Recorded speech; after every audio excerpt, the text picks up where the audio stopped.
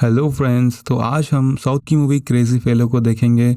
ये movie comedy romance के साथ एक क्यूट लव स्टोरी होने वाला है। So without wasting any time let's get start और वीडियो। ये कहानी शुरू होती है अपना हीरो अभी यानी अभिराम को दिखाते हुए, जहाँ पर वो शादी के कपड़ों में बेहद दुखी नजर आ रहा है। शादी के दिन कोई भी बेहद खुश रहता है, लेकिन अभी इतना दुखी क्यों है, ये जानने के लिए आपको पता करना पड़ेगा कुछ दिन पहले हुआ क्या था। अभी के पेरेंट्स बचपन में ही मर जाते हैं, तब से उसके भैया प्रसाद, उसकी भाभी लक्ष्मी बड़ी प्यार से उसका देखभाल करते हैं। इस तरह अभी अपने लाइफ को बिना कोई प्रॉब्लम्स के एंजॉय करते रहता है। नेक्स्ट सीन में अभी का दोस्त रवि अपनी प्रेमिका प्रिया से भागकर शादी करने के लिए रजिस्टर ऑफिस पहुंच जाता है।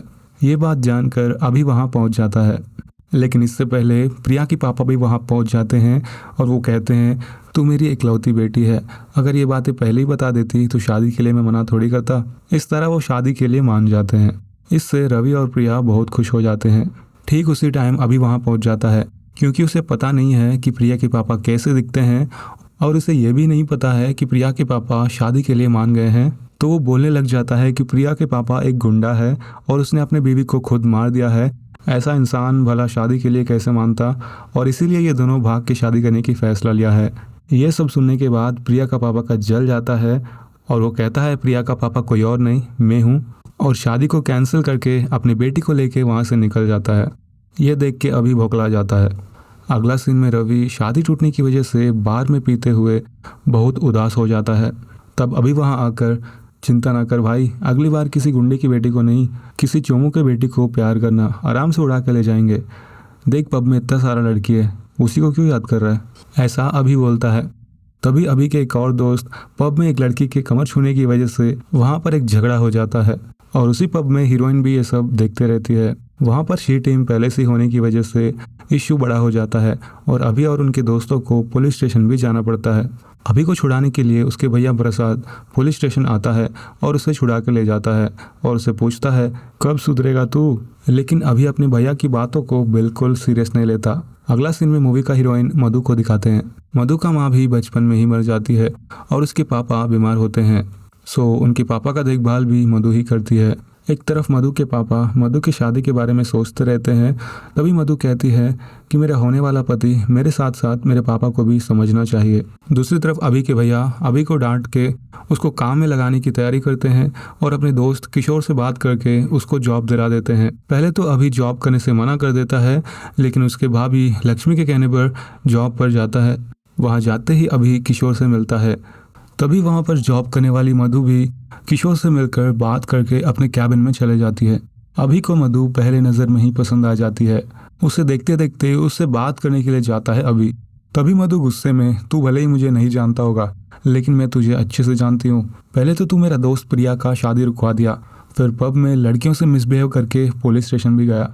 तुझ जैसा लफंगों से मैं क्यों बात करूँ, ऐसा वो गाली देने लग जाती है। फिर अपना अभी थोड़ी चुप बैठेगा, वो भी शुरू हो जाता है। इस तरह वो दोनों पहली मुलाकात में ही एक दूसरे को प्यार करने जगह एक दूसरे को नफरत करने लग जाते हैं। तभी वहाँ के असिस्टेंट रमेश आके, उसका नाम मधु है और वो इस ऑफिस की बेस्ट एम्प्लॉय है, इसीलिए एमडी किशोर भी उसी के बात सुनता है। इसी वजह से ही वो इतना घमंड दिखाती है, कहता है। ये सब सुन के अभी कैसे भी उसकी घमंड तोड़ना है ऐसा सोच लेता है। नेक्स्ट सीन में मधु का दोस्त स्वाति अभी को तू कैसे जानती है पूछती है। तब मधु सब कुछ बताती है। ये सुन के स्वाति कहती है, आजकल सारे लौंडे ऐसे ही हैं। कुछ दिन पहले डेटिंग ऐप में मुझे एक लौंडा मिला था, लेकिन जब मैं उससे मिलने गई वो मुझसे ज़्यादा मेरी कमर देखते हुए बात कर रहा था। ये दुनिया में ऐसे लोग तो रहते हैं, इसीलिए तो ये डेटिंग ऐप्स इतना अच्छा चलते हैं। ये सुनकर मधु कहती है, चाहे 100 में से 99 लोग ऐसे हो सकते हैं, लेकिन एक होगा जो कि ब्यूटी को नहीं बल्कि दिल से प्यार करने वाला होगा। तभी स्वाति मधु को एक चैलेंज देती है। चैलेंज ये है कि तू अपनी फेस और फिगर को बिना दिखाए इस डेटिंग ऐप में एक प्रोफाइल बना। अगर कोई बंदा तेरे प्रोफाइल को लाइक करता है तो मेरी 1 महीने की सैलरी तेरी। मधु इस चैलेंज को एक्सेप्ट करती है और डेटिंग ऐप पे एक प्रोफाइल बनाती है, लेकिन वो अपनी फ़ोटो की जगह 90s की एक हीरोइन की फ़ोटो डाल देती है। इसी बीच रमेश और अभी के बीच लड़कियों की बातें चलती है, तो रमेश भी उसे सेम यही डेटिंग ऐप को दिखा देता है। अब लड़की पटाने के लिए कहीं जाने की ज़रूरत ही नहीं है, इस ऐप में तुझे यहाँ की लोकल वाली लड़कियाँ भी मिल जाएंगी। ऐसा कहते हुए रमेश अभी के फ़ोन में डेटिंग ऐप को इंस्टॉल कर देता है। अभी अपना प्रोफाइल को सेटअप कर लेता है, जहां वो 90s की एक कॉमेडियन का फोटो को एज अ प्रोफाइल पिक्चर डालता है। तभी उसे चिन्नी नाम का एक प्रोफाइल दिखता है जहाँ पर 90s की एक हीरोइन का फोटो लगा हुआ होता है। अभी सोचता है कि ये ज़माने में ये फ़ोटो कौन लगाता है और वो उस प्रोफाइल को लाइक कर देता है। मधु भी कॉमेडियन की फ़ोटो देख के उसकी प्रोफाइल को फॉलो कर लेती है। इस तरह वो दोनों एक दूसरे की फेक प्रोफाइल्स को फॉलो कर लेते हैं। अभी की फेक प्रोफाइल का नाम होता है नानी और मधु के फेक प्रोफाइल का नाम होता है चिन्नी। हर रोज़ शाम ऑफिस के बाद ये दोनों डेटिंग ऐप पर मीठी मीठी बातें करते हैं। वहीं सुबह होते ही ऑफिस में ये दोनों एक दूसरे से लड़ने लग जाते हैं क्योंकि ये दोनों को पता ही नहीं रहता कि वो फेक प्रोफाइल्स उनकी ही है। अगला दिन अभी और मधु यानी नानी और चिन्नी डेटिंग ऐप में चैटिंग के दौरान इतना क्लोज हो जाते हैं कि वो लोग एक दिन कॉफ़ी शॉप में मिलने का प्लान लगाते हैं। वो दोनों एक दूसरे से मिलने के लिए बहुत बेताब होते हैं। अगला दिन अभी कॉफ़ी शॉप जाके इंतज़ार करता है। मधु भी कॉफ़ी शॉप के लिए निकलने लगती है। ठीक उसी वक्त एमडी किशोर वहां आ जाता है और उसे एक पेन ड्राइव दे के ये फाइल अपलोड करना बहुत ज़रूरी है ऐसा कह के वो उसे रुका देता है।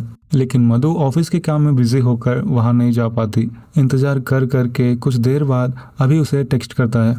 तब मधु कहती है, मैं ऑफिस के काम में थोड़ा सा बिजी हो गई, कल मिलते हैं सेम टाइम सेम प्लेस। चौंकाने वाली बात तो यह है कि इस बार मधु पहुंच जाती है अभी से पहले। ठीक उसी वक्त अभी का बाइक स्टार्ट नहीं होता। फिर ऑफिस के कैब में जाने वाला अभी ट्रैफिक में बुरी तरह से फंस जाता है। ट्रैफिक में कुछ ज़्यादा ही टाइम वेस्ट होते हुए देख के अभी कैब से बाहर उतर के भागने लगता है। भागते भागते अभी कॉफ़ी शॉप तो पहुंच जाता है, लेकिन इससे पहले ही मधु वहां से निकल जाती है और टेक्स्ट करती है, कभी और मिलते हैं। ये सब देख के रमेश अभी से पूछता है, तू पागल है क्या? अभी तक जिसको तू देखा ही नहीं है उसके लिए क्यों इतना तड़प रहा है? तब अभी बताता है, उसकी मैसेज के बिना मेरा एक दिन भी नहीं गुजरता। प्यार में पड़ गया हूँ यार, क्या ही करूँ। अगला दिन अभी अपने प्यार के बारे में बताने के लिए शाम को मिलते हैं ऐसा टेक्स्ट करता है। ये सुन के मधु भी शाम को मिलने के लिए मान जाती है और वो कहती है, मैं भी तुमसे कुछ कहना चाहती हूँ। अभी उसे रेड कलर ड्रेस में आने को कहता है। उसके लिए मधु भी हाँ कहती है। फिर उस दिन शाम को कॉफ़ी शॉप जाने से पहले अभी अपनी भाभी से मिलकर भाभी को सारी चीज़ें बता देता है और वो कहता है कि मैं उसे आज प्रपोज करने जा रहा हूँ। तब भाभी पूछती है, अगर वो दिखने में अच्छी नहीं लगी तो क्या करेगा? तब अभी एक छोटी सी मुस्कान के साथ, दिल को पसंद आ गई भाभी बोल के चला जाता है। मधु भी अपने पापा से नानी के बारे में सब कुछ बताकर रेड कलर ड्रेस पहन के कॉफ़ी शॉप निकलती है। यहाँ पर आता है कहानी में ट्विस्ट, जहाँ पर अभी चिन्नी के लिए कॉफ़ी शॉप में इंतज़ार करता रहता है।